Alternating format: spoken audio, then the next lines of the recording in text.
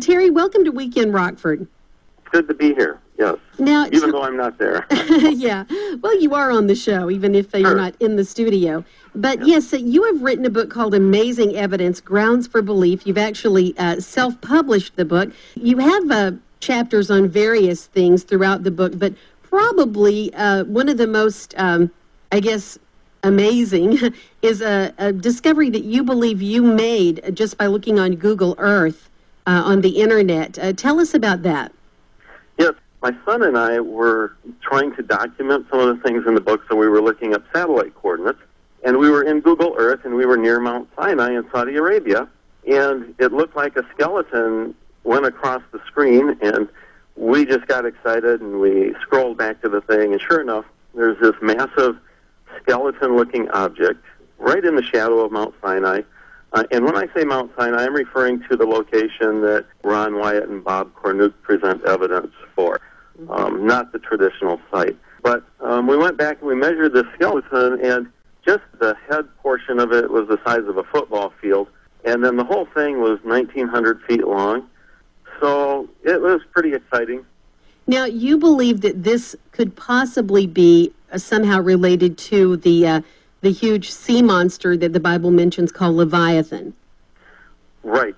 At first, we didn't know what we were looking at, and I started looking in different sources. We searched the internet. We couldn't find anything on it.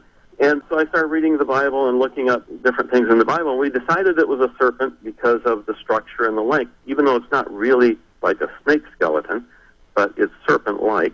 And so Leviathan popped up right away as a sea serpent. The Bible portrays it as being massive, and we really thought that that was probably it. And then there were a couple of verses in the Bible that support the fact that he would be found near Mount Sinai. One of those is where David in the Psalms says that Leviathan was crushed in the wilderness. And usually when the Bible talks about the wilderness, it's talking about the area around Mount Sinai where the children of Israel wandered. And then another place is in Isaiah. It's a taunt against actually the king of Babylon, and he compares him to Lucifer and says that he tried to climb the holy mountain and that God cast him to the ground to his grave.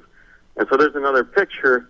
Even though it doesn't mention Leviathan, it kind of paints a picture that's strikingly similar to what we see here. Mm-hmm. A very interesting book, looks at a lot of interesting things. Terry, thank you very much. Terrence J. Hatch, author of Amazing Evidence, Grounds for Belief. Thank you very much for being our guest today. Thank you, Cindy, yes. You've been listening to Weekend Rockford with Cindy Swanson, a program of the Christian Communication Network.